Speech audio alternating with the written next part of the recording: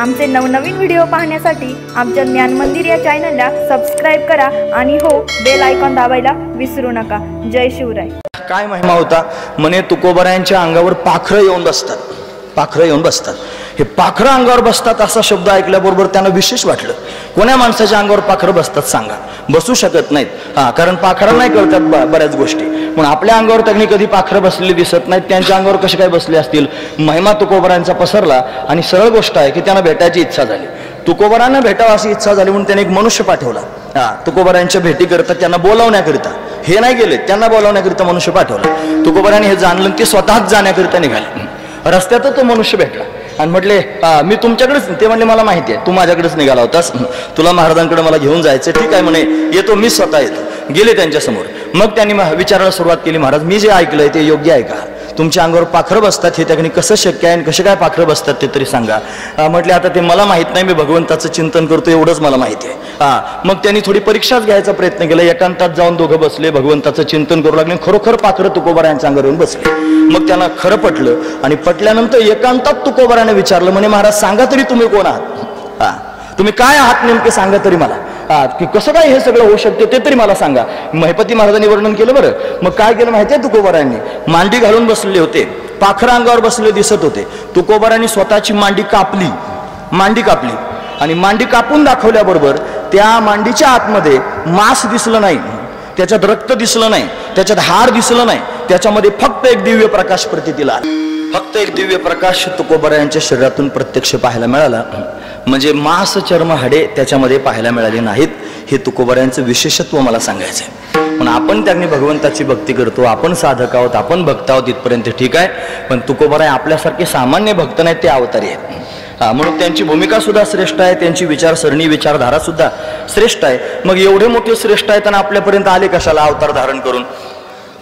त्याचं कारण आपल्याला त्यांच्यासारखं करण्याकरिता नव्हे। ते ज्या भूमिकेत आहेत, ते ज्या स्थानावर आहेत, भगवंताला जेवढे प्रिय आहेत तसं आपल्याला भगवंताला प्रिय करण्याकरिता, आपल्याला भगवंतापर्यंत घेऊन जाण्याकरिता आलो म्हणे तुका। मी वैकुंठाहून आलो की नाही तुकोबराय म्हणतात, मी स्वतःच आलो, आम्ही वैकुंठवासी आलो याच कारणासाठी, याच्याकरिता आलो। नवे नवे आलो म्हणण्यापेक्षा देवानं सुद्धा पाठवलं असंही म्हणतात एका ठिकाणी। तुका म्हणे मज धाडिले निरोपा, निरोप सांगण्याकरिता पाठवलं। म्हणून निरोप सांगण्याकरिता आलेले तुकोबराय एकदाच निरोप सांगून थांबले असं नाही, हे निरोप सांगण्याकरिता येतातच परत परत। त्यांना यावंच लागतं, हा महत्वाचा विचार आहे। हे सत्ययुगातही आले होते, त्रेतायुगातही त्यांनी आले होते, द्वापार युगातही आले होते, कलियुगातही आले आणि येत राहतील, हाही महत्वाचा विचार आहे। म्हणजे ते येतात, पुन्हा पुन्हा त्यांनी येतात आणि पुन्हा पुन्हा भगवंताची भक्ती करतात आणि भक्ती करून त्यांनी ते भगवंताच्या समोर काहीच त्यांनी बाकीचं संसारातलं किंवा त्यांनी लौकिक पारलौकिक त्यांनी अलौकिक असं काही मागत नाहीत। मग काय मागतात? त्यांच्या मागण्यातला भाव फक्त त्यांनी भगवंताचं सानिध्य आहे, भगवंताची सेवा आहे। भगवंताची सेवा हीच त्यांच्या अंतःकरणामध्ये ठरलेली आहे। येतात कशाकरिता? फक्त भगवंताची सेवा करण्याकरिताच येतात। मग भक्ताचं जे लक्षण आहे किंवा भक्ताचं जे स्वरूप आहे हे भगवंताची सेवा करणं, याच्यावरूनच मनुष्य भक्त ठरतो। तो भगवंताची सेवा कशी करतो हे जास्त महत्वाचं आहे। पण भक्तानं भगवंताची सेवा अखंड करत राहावी, म्हणजे सेवा करण्याकरिताच त्यांनी यायचंय, पुन्हा पुन्हा यायचंय। म्हणून त्यांनी जगद्गुरु तुकोबरायांना भगवंताची सेवा प्रिय वाटते। हा सेवा सर्वात मोठा भाव आहे महाराज। परमार्थामधला सगळ्यात मोठा भाव जर कोणता असेल तर सेवा। मोठी मोठी माणसं, त्यांनी नावाजलेली माणसं सांगतो, सेवा करण्याकरिता तयार। म्हणजे आनंदाभाऊ वैजापूरकर तुम्ही नाव ऐकलं की नाही? लोकांची सेवा करण्याकरिता तत्पर। एवढे श्रेष्ठ असणारे गुरुजी म्हणजे वैकुंठवासी रंगनाथ महाराज परभणीकर सेवा करण्यामध्ये तत्पर होते। सेवा त्यांनी करावी। आणखी त्यांनी बऱ्याच लोकांची नावं मला तुमच्या समोर सांगता येतील। एक मारवाडी समाजाचे संत होऊन गेले, पंढरपुरात ज्यांनी मुमुक्षू पाठशाळा सुरू केली, ते विद्यार्थ्यांकरता, आता त्यांचं नाव मला नेमकं आठवत नाही, मदन महाराज बेहाने।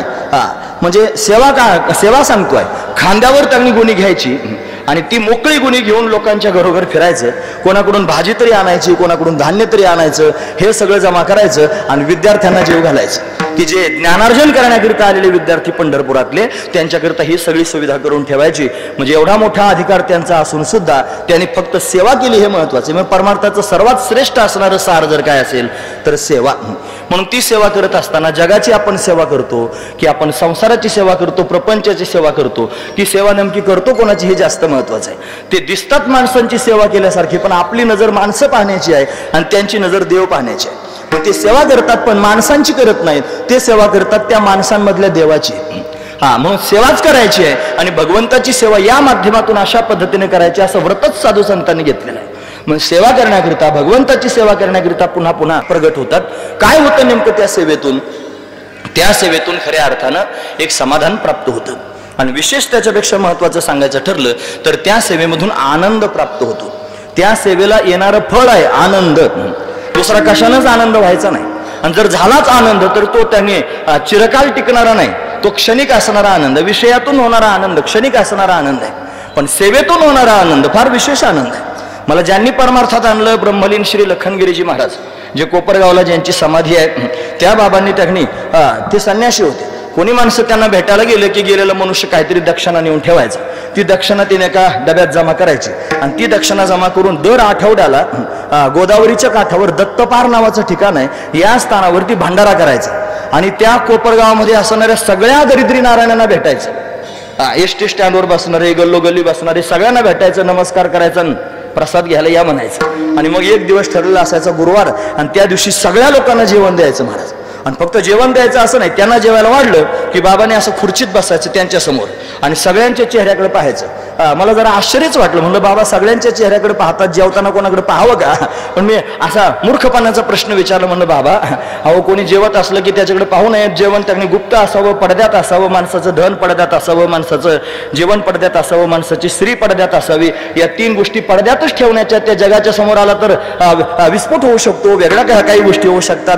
म्हणून जेवण सगळ्या लोकांच्या समोर नसावं. महाप्रसाद जेवलं तर चालतं. आता मला महाराजांनी सांगितलं मग की सगळ्या लोकांनी अनुष्ठान सुरू केलं आणि बऱ्याच लोकांचं असं म्हणणं आहे तुम्ही सांगितलं बाहेर काही खायचं नाही. बाहेर काही खायचं नाही म्हणजे त्यांनी प्रसाद खायचं नाही असं त्याचा अर्थ लावायचा नाही. उद्या सकाळी इथं त्यांनी प्रसाद होणार आहे आणि सामान्य प्रसाद हातावर दिल्याचा नाही, तो महाप्रसाद आहे. म्हणून महाप्रसाद सगळ्यांनी खाल्लेला चालेल हे पक्क लक्षात ठेवा, म्हणजे उद्या तुम्ही महाप्रसाद घेऊ शकता. सगळ्या लोकांच्या समोर जेवायचं नाही. पण बाबा त्यांनी जेवत असणाऱ्या लोकांकडे पाहत होते. त्यांना विचारलं, म्हटलं बाबा असं तुम्ही का पाहतात, काय नेमकं त्यांनी होतंय? त्यांनी सांगितलं, वेड्या अरे या लोकांना खायलाच भेटत नाही, यांना जमा करून आणलं, त्यांना खायला दिलं, त्यांच्या चेहऱ्यावर पोट भरल्यानंतर झालेलं जे समाधान आहे, त्यांच्या चेहऱ्यावर असणारा जो दिव्य आनंद आहे, हा आनंद मी पाहतोय आणि तो आनंद पाहून मी आनंदी होतोय. किती मोठी गोष्ट आहे. त्या आनंदाला पाहून मी आनंदी होतो. दुसऱ्या पीडिताला त्यांनी आपण कुठेतरी मदत करावी आणि मदत करून त्याच्या चेहऱ्यावर असणारं जे समाधान आहे ते आपण ज्या वेळेला पाहतो त्यावेळेला आपल्याला खऱ्या अर्थाने समाधान मिळतं. याचा मला अनुभव आहे बरं महाराज. बरेच वर्ष मी दवाखाना चालवला. दवाखाना चालवत असताना अशी पीडित लोक त्यांनी येत होते. ते श्रद्धेने बरे होत होते की औषधाने बरे होते ते हा दुय्यम मुद्दा आहे. पण श्रद्धेने म्हटलं तरी चालेल. त्यांना हात लावला तरी त्यांना वाटायचं बस फक्त महाराजांनी आपला हात लावला पाहिजे. त्याने फक्त महाराजाला काही नाही कळालं, फक्त 2 गोळ्या जरी खायला दिल्या तरी पेशंट बरा व्हायचा आणि दुसऱ्या दिवशी सांगायला यायचं डॉक्टर फार बरं वाटलं बरं का. त्याच्या चेहऱ्यावर असणारं जे समाधान आहे हे समाधानच खऱ्या अर्थानं मला प्राप्त झालेलं फळ आहे. तो खऱ्या अर्थानं मला प्राप्त झालेला आनंद आहे, हाच आनंद आहे मला. म्हणून ही सेवा आहे आणि सेवेतून त्यांनी महाराज जे प्राप्त होतं त्याचं नाव आहे आनंद. म्हणून सेवेलाच आनंदाचे फळ येऊ शकतात, दुसऱ्या कशाला येऊ शकत नाहीत. पण आपलं जीवन त्यांनी सेवाभावी असावं हे संतांनी जगाच्या समोर आवर्जून सांगितलं आणि हे सांगण्याकरिता विशेष रूपाने भगवंताच्या समोर त्यांनी व्यक्त सुद्धा केलं. म्हणून त्यांनी तुकोबऱ्या देवाच्या समोर म्हणतात, देवा हेची सुख पुढती मागे ना आगळे. आगळे शब्द वापरला. पुढे त्यांनी आता हा सरळ अर्थच अजून चाललाय. अजून त्यांनी बाकीचं सांगायला जर मला वेळ मिळाला तर मी सांगेन सुद्धा. म्हणून आगळं म्हणण्याचं तात्पर्य एवढंच आहे की बाकीच्या लोकांसारखं हे फळ नाही किंवा बाकीच्या सुखांसारखं हे सुख नाही, बाकीच्या सुखासारखा किंवा बाकीच्या आनंदासारखा हा आनंद नाही. आगळा शब्द त्याच्याकरिताच वापरला. हे आगळं असणार आहे, जगापेक्षा असणार आगळं. म्हणजे हे सुख भगवंताच्या समोर तुकोबराय मागतात. हेची सुख पुढती मागेन मागतो आगळे. आगळं वेगळं सुख मागतो. काय सुख आहे म्हणे, आनंदाची फळे सेवादान. मला सेवेचं दान द्या की ज्या सेवेला आनंदाची फळं येतात. सुख शब्द आधी वापरला, नंतर आनंद शब्द वापरला. सुखाला तरी त्यांनी विरुद्धार्थी शब्द आहे मला दुःख, पण आनंदाला एखादा विरोधार्थी शब्द सांगा बरं. काय आनंदाला विरोधार्थी शब्द आहे का एखादा? तो आनंदाला शब्द नाही, आनंद आनंदच आहे. म्हणून त्यांनी आनंदाचं फळ जीवनामध्ये प्राप्त होऊ शकतं आणि ते सेवेच्या माध्यमातून प्राप्त होऊ शकतं. पण भगवंताची सेवा करायची आहे.